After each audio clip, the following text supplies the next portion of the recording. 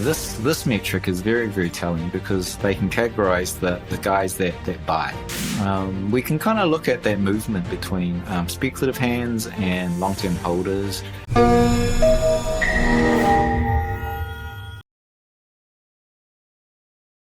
When I look at the network, there's so many different metrics you can look at, and they all get used in different parts of the cycle. And currently, the most reliable metrics are all the views into demand and supply, both locally and in the macro sense. So, I'm looking at a chart right now in front of me, and it's looking at what the long-term investors are doing. And so, for example, I work with Glassnode, which does the raw on-chain data, and they process it, and it's a service that many people can use. I pull that in, and for example, they do a metric called liquid supply, and you can look at the blockchain. You can see the millions and millions of addresses. There's multitude of addresses, and then they do the hard work of going, these addresses, who owns them? And they can cluster these addresses into what looks like entities, individual participants that have their wallets spread across all these addresses. And then they look at the interactions between them and the historical interaction. And this metric is very telling because they can categorize the guys that buy.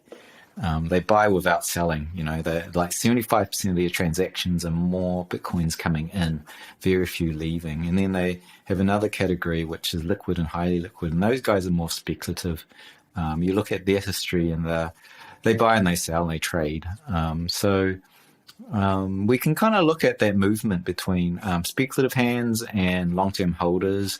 And obviously, as all the supply moves to the long-term holders, the guys that do not sell, you create a huge supply shock, and there's a shortage of coins left by the speculators, and the price just runs up. And so that's kind of like a demand and supply view using their historic behavior. And so that's one of my favorites. Another one is just sheer doing the same thing but much rougher. Like you say, anything in a wallet held by self-custody or cold storage, those are the coins you cannot buy. And the coins you can buy are the coins that are left on the exchanges. And you can run that ratio, and you get the similar kind of metric. And that's demand and supply also. The supply is what's on exchanges, and the demand is that is held by investors who've got that locked away in cold storage. So those kind of metrics are the most telling and reliable because, I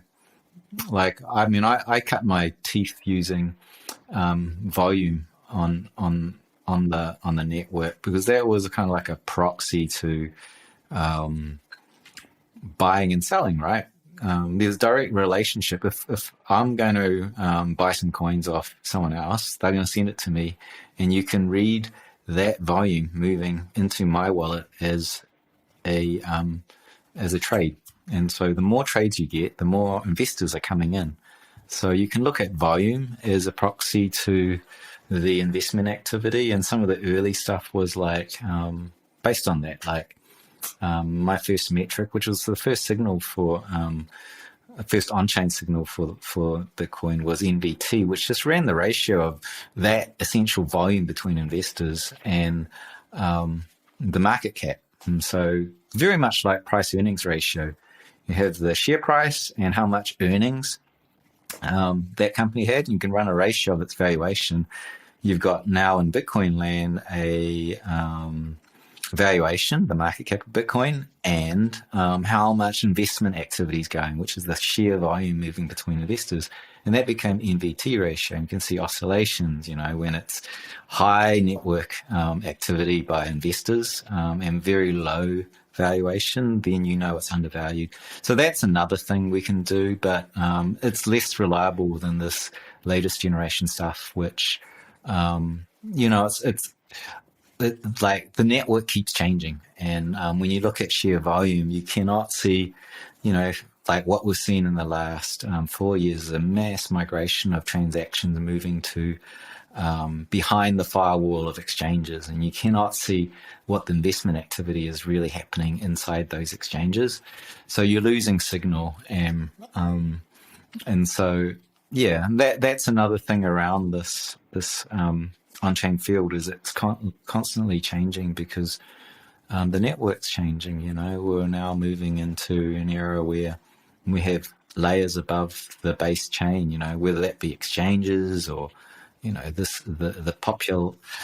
popular thing right now is Lightning Network. So now there's a certain amount of transactions moving to that network that's above the base layer, which we cannot see. So those are examples where things change all the time, and you really need to understand what's happening with the network in order to account for it.